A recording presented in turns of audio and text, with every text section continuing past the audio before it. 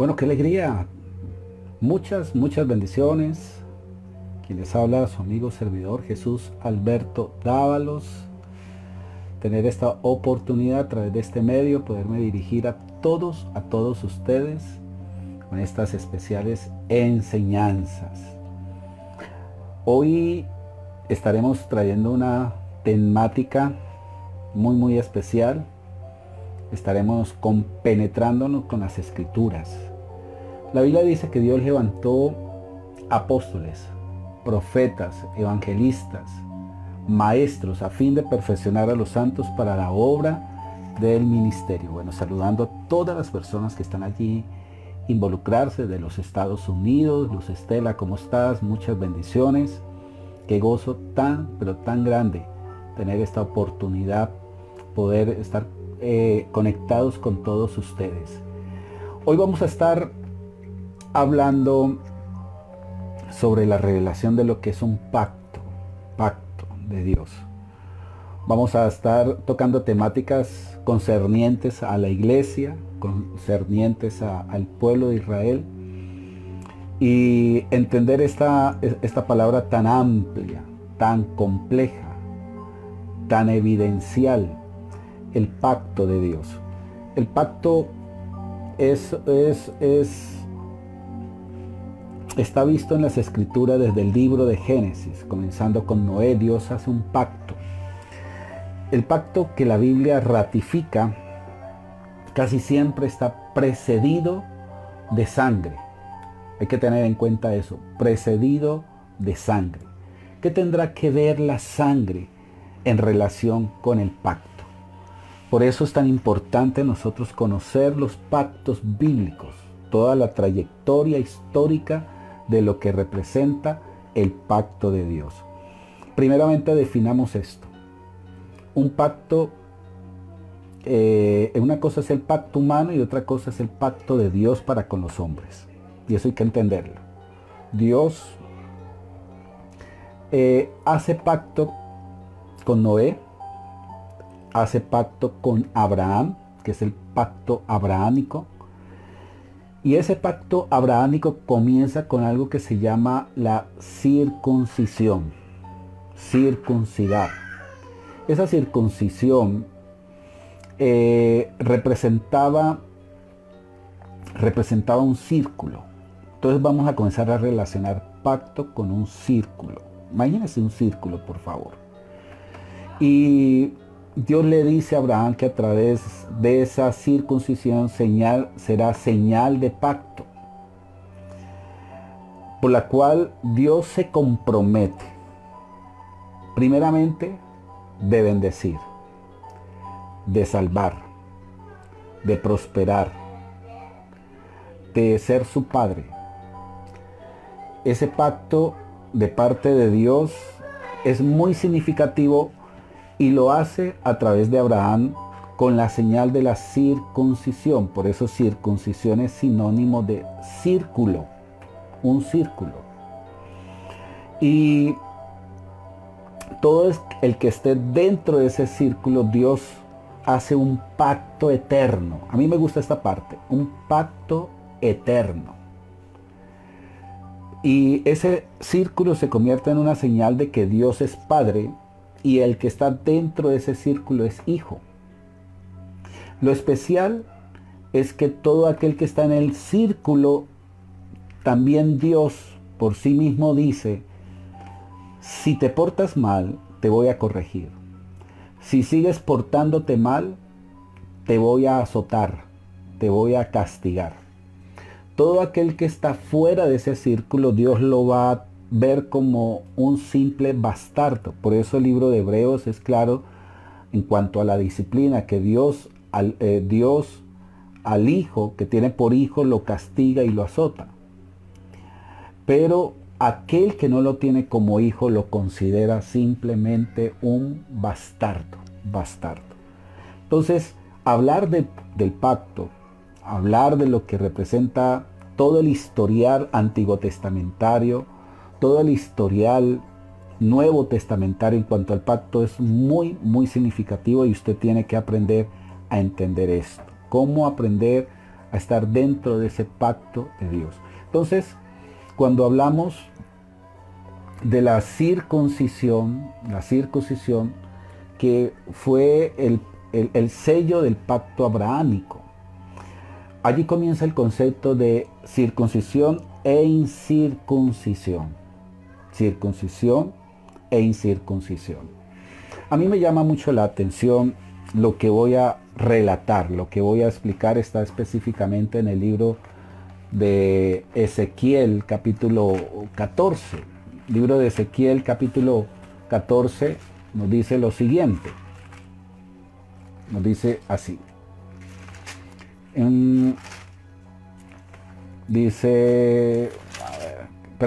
Ezequiel capítulo 16. Ezequiel 16.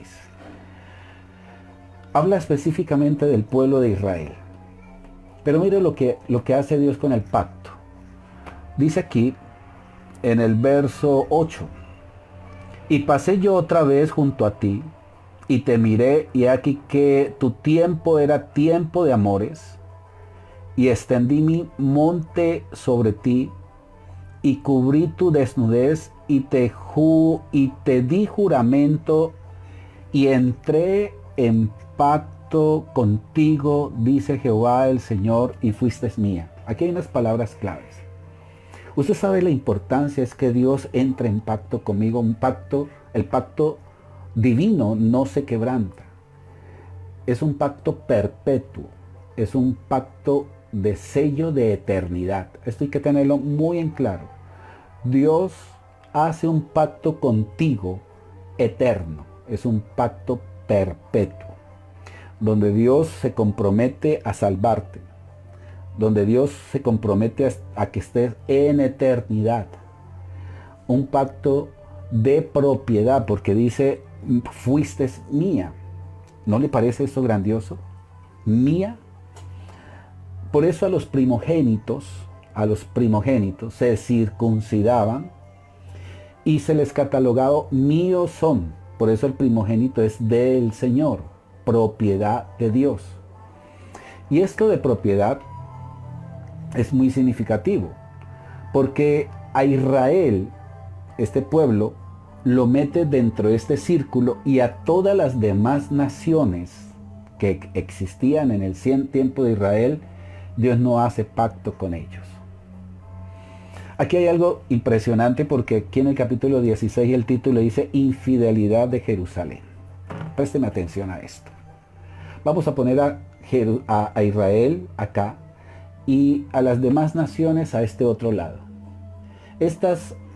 Todas naciones no estaban dentro del círculo, pero Israel sí. Ahora, no quiere decir que Israel se comportó espléndidamente con Dios.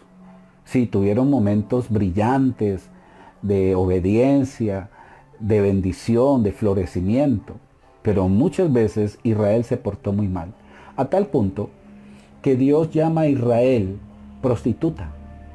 Le dice prostituta a Israel. Y aquí estamos viendo, en este capítulo 16 de Ezequiel, que comienza a adorarle. Aquí me llama mucho la atención en este capítulo 16, verso 6, dice, y yo pasé junto a ti, le está hablando a Israel, y te vi sucia, y tu sangre, y cuando estabas en tu sangre te dije, vive. Sí, te dije, cuando estabas en tu sangre, vive. Te hice multiplicar como la hierba del campo, creciste, te hice grande, llegaste a ser muy hermosa, tus pechos se habían formado. Pero aquí lo especial es que Dios estipuló con Israel algo que se llama un pacto eterno. Pacto eterno. Y este pacto es lo que hace de que Dios se comprometa a no destruir a Israel.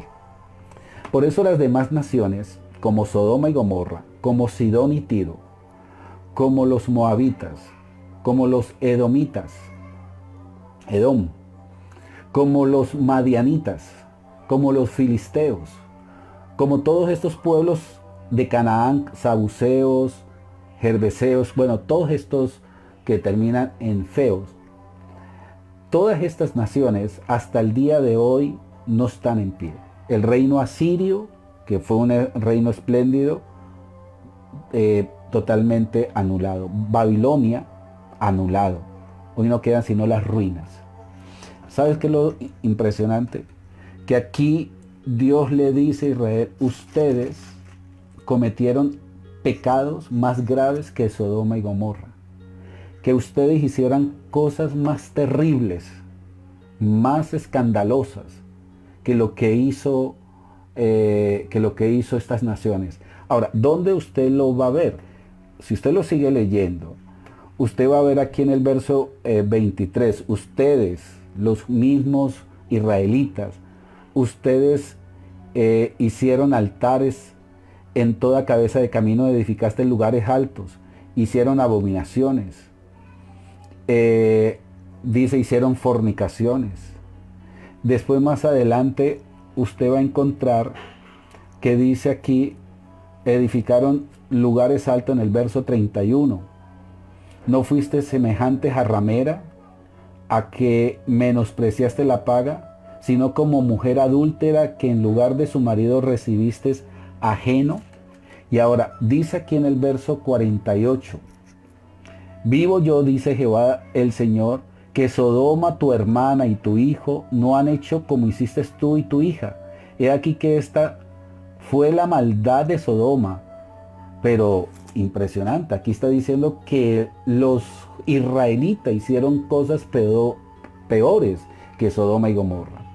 Y aquí hay algo muy impresionante. Es que Sodoma y Gomorra llegó al colmo de la maldad. Y por llegar al colmo de la maldad, Dios estipula juicio. Juicio sobre Sodoma y Gomorra, y es desaparecerlo. Y así fue. La pregunta es, ¿por qué Dios nunca ha destruido a Israel? Por el pacto. Porque el pacto tiene esencia de restauración. Aquí viene algo especial con nosotros. Es que cuando nos damos cuenta que hemos entrado al círculo de Dios, Dios nos invitó a pertenecer a ese círculo. Por eso la Biblia dice que ya la circuncisión no es hecho con mano de carne, sino que nuestra circuncisión es de corazón. La conversión es un milagro. Lo que Dios hizo con usted y que hizo conmigo, de tocarnos. La Biblia dice en Efesios capítulo 2, verso 1, nosotros estábamos muertos en delitos y pecados. Estábamos fuera de las promesas, sin esperanza, sin Dios. Pero Dios se agradó, yo no sé, te miró a ti, me miró a mí. No sé por qué se agradó de nosotros, eso es algo misterioso, algo sorprendente. Nos acogió, nos dio vida juntamente con Él. Por gracia sois salvos por medio de la fe. Esto no es de vosotros, pues es un don de Dios. Lo especial de todo esto es que ese pacto eterno tiene una esencia de restauración. Porque Dios inmediatamente va a colocar un sello de hijo. Tú eres hijo para mí.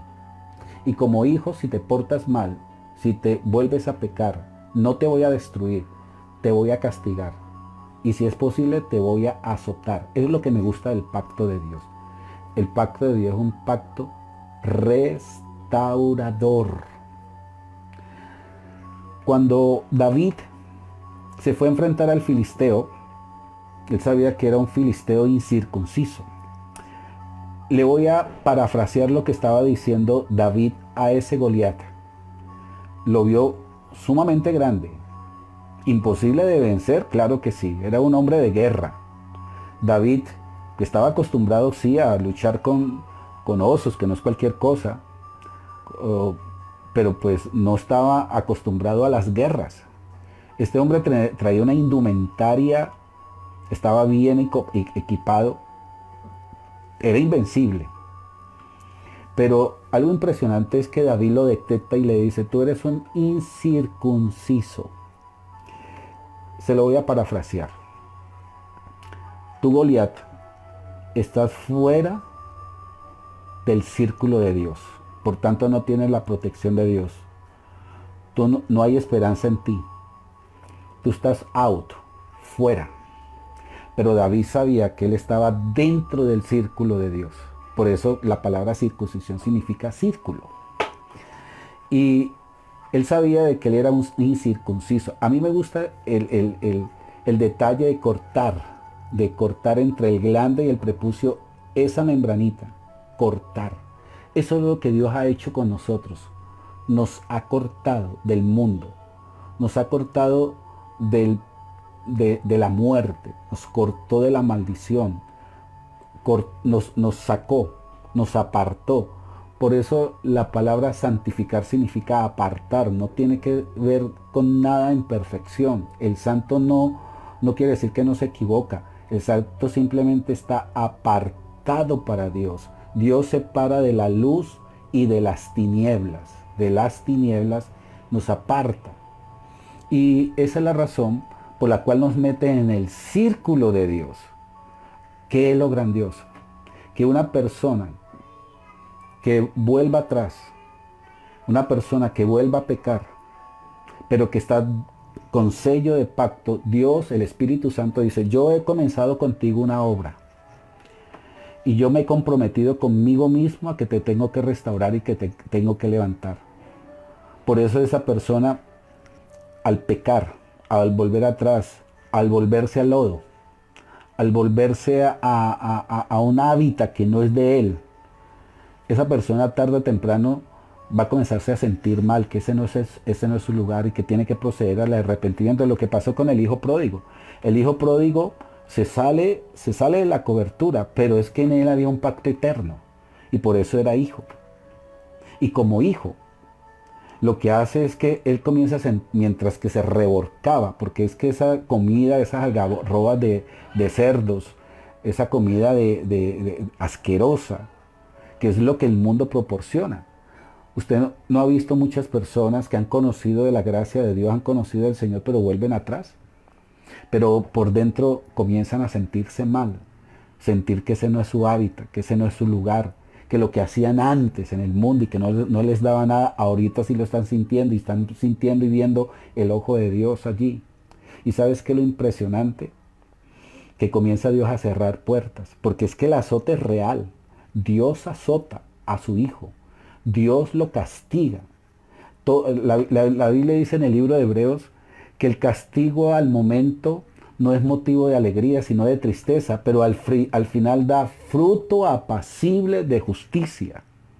Y más adelante nos vamos a entender de que cuando esa persona que tiene el sello del pacto, el sello del Espíritu Santo y del pacto, pero que volvió atrás a comer comida de cerdos, algarrobas, comenzó a caminar en eso que es inmundo para Dios. Volvió a esas viejas andanzas, pero comienza Dios a reargudirlo. Comienza Dios a cerrarle puertas. Comienza el Señor a permitir ciertas situaciones hasta que esa persona recapacita. El hijo pródigo tuvo que volver en sí. Eso me llama la atención. Frutos dignos del arrepentimiento. La palabra metanoia, que significa cambio de mente, volverse al Señor. Deje el impío su camino y vuélvase a Jehová. Eso dice la escritura en el libro de Isaías 55.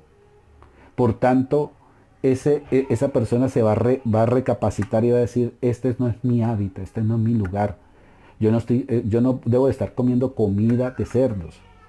Comida de cerdos es cuando usted vuelve a ese casino, cuando usted vuelve a ese burdel, cuando uno vuelve a esa vieja antigua, a revolcarse con prostitutas, a llevar esa vida libertina, que no es otra cosa sino esclava, que uno va a volver a sentir ese desasosiego, que va a sentir esa falta de Dios. Es horrible. No hay cosa más horrible y no hay cosa más terrible que uno pueda perder a Dios y darse cuenta. A mí lo que me llama la atención es que Dios no es que al hijo nunca lo dejó, nunca dejó de ser hijo. Él tuvo que recapacitar. A mí lo que me llama la atención también es que este hijo volvió otra vez al seno del Padre. Y usted va a ver en el hijo pródigo lo que es el poder del pacto. Porque el padre le dice al otro hijo, anda y tráeme, vamos a sacrificar el mejor becerro, porque mi hijo que estaba muerto ha vuelto. Ha vuelto.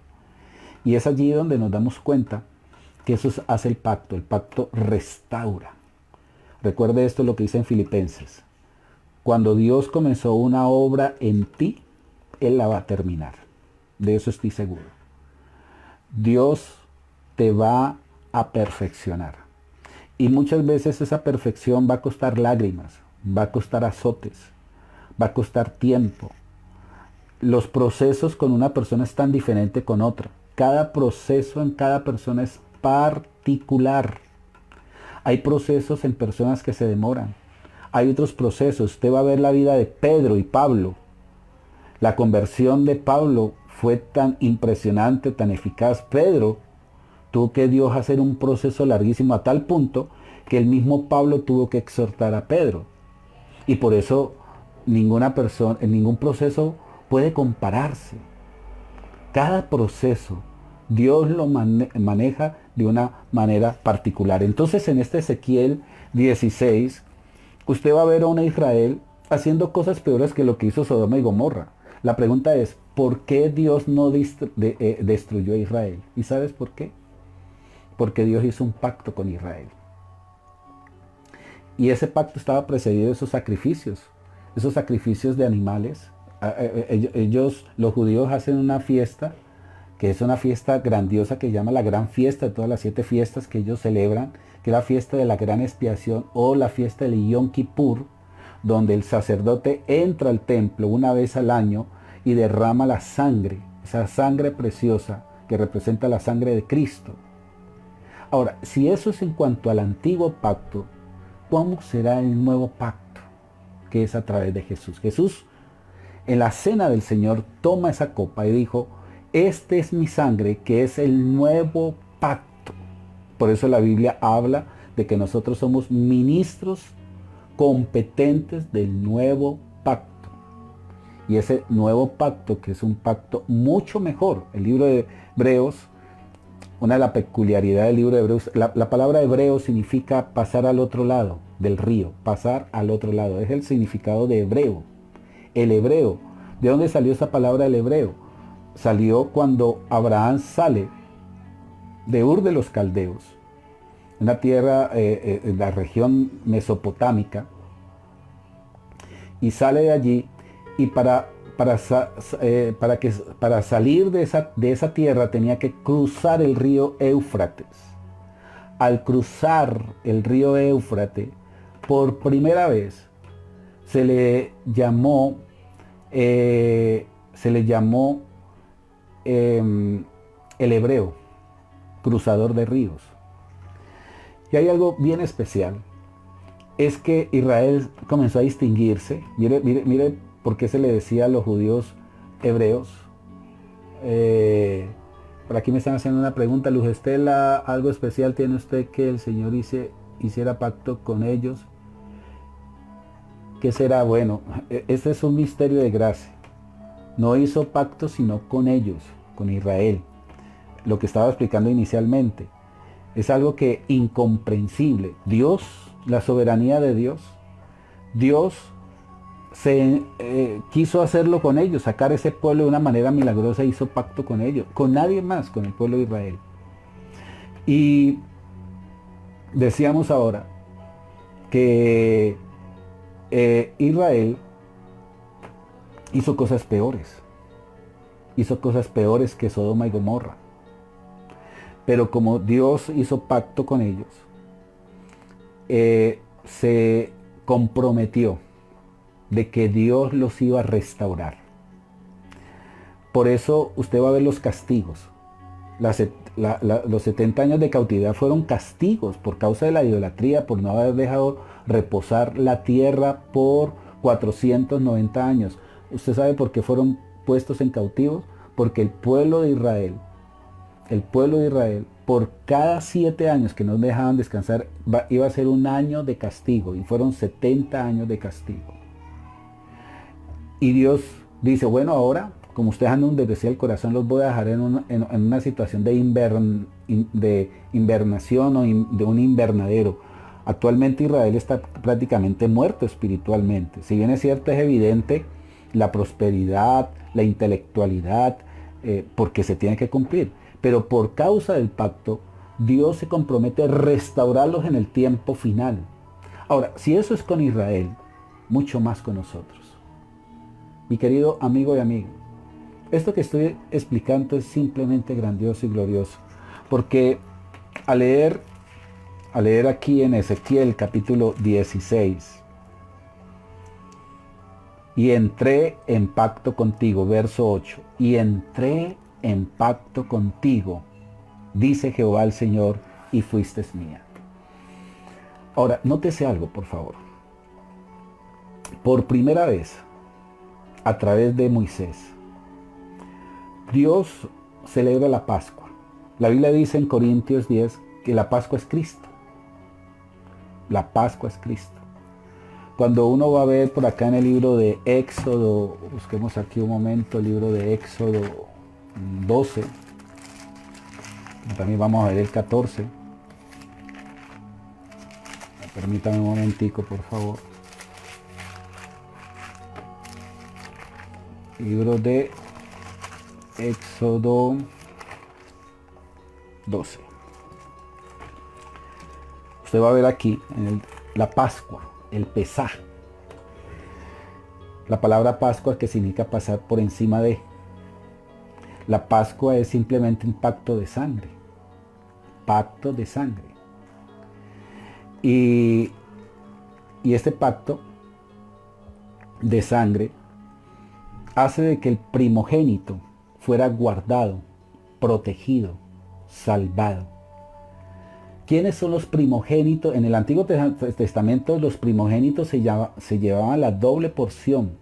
Por eso era importantísimo la oración de bendición sobre el primogénito. Lo que Dios hizo a través de Abraham con Isaac, en bendecir a Jacob.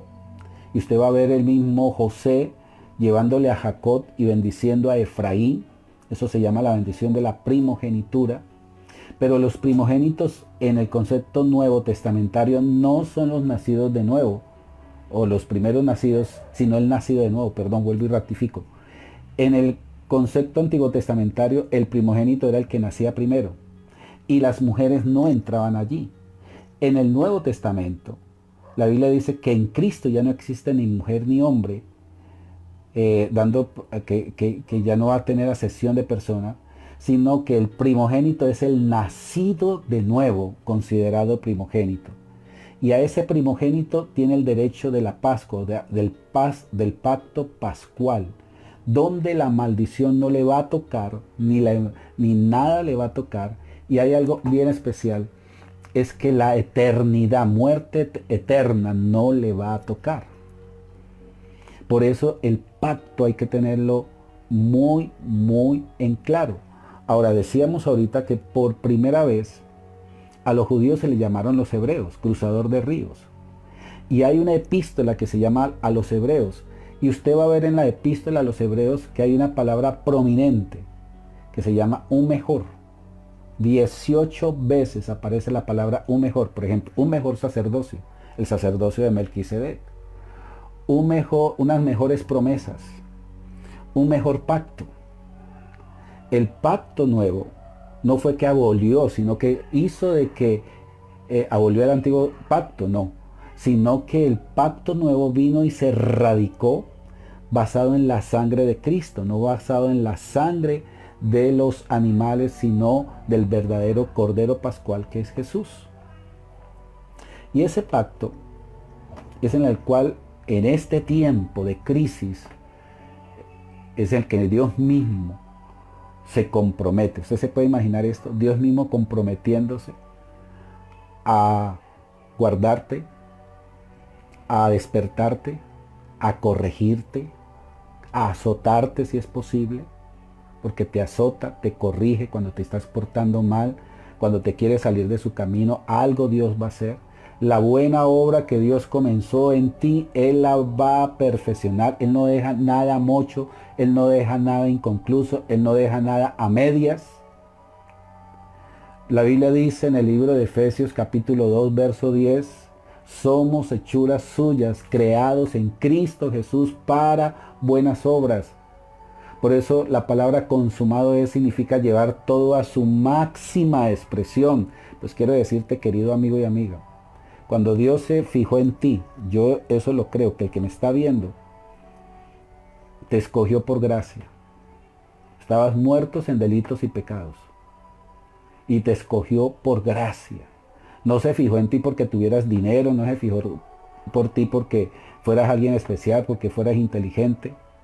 Dios escogió lo vil y menospreciado para avergonzar los sabios. Te escogió a ti. Siéntase privilegiado de eso. ¿Cuántas veces tú te has sentido desanimado? ¿Cuántas veces te has vuelto atrás? Pero hay algo por dentro que comienza a redarguirte. Y es impresionante cómo Dios lo redarguye a uno. No te deja en paz. Estar sin Dios uno pierde la paz. Entra el desasosiego. Es terrible. Pero algo pasa. Y tienes que volver otra vez la mirada a Él.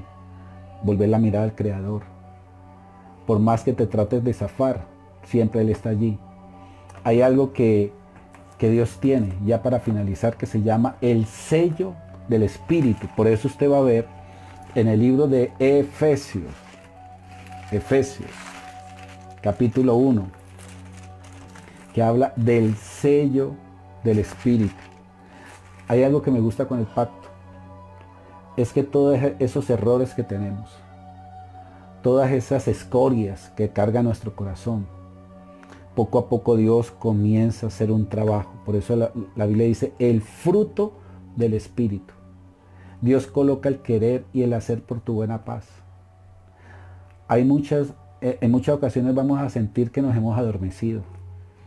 Muchas veces vamos a comenzarnos a acomodar nuevamente como al pecado. Quiere como florecer ese viejo hombre. Pero es tan fuerte el pacto de Dios que vuelve a encender esa llama, que vuelve a encender ese corazón, que vuelve a sentir uno sed por la presencia de Dios, que vuelve a sentir uno la necesidad.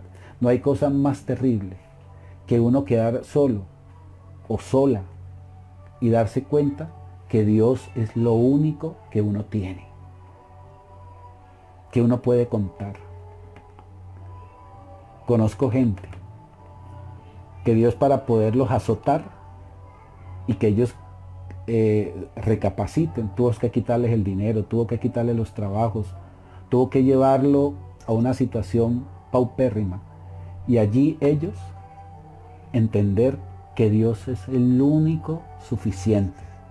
Para Dios no es imposible volver a restaurar todo lo económico. Aún más, lo económico es lo que menos a Dios le interesa y lo que más nosotros le damos valor. Usted sabía, mi querido amigo y amiga, que la gente, el punto donde más la gente se preocupa es por la economía. Si no hay dinero, entra uno en pánico y en preocupación porque no hay cómo sustentar. Pero yo quiero decirle esto. La preocupación más grande que uno tiene que tener es si Dios está conmigo. Si Dios es mi fuente. Hay momentos que nos vamos a sentir así, solos, donde hemos perdido el apoyo de todo el mundo. Dios es perfecto para formarnos. Él es el alfarero. Y la Biblia dice que de ese barro va a ser vasos de misericordia. Y eso eres tú y yo.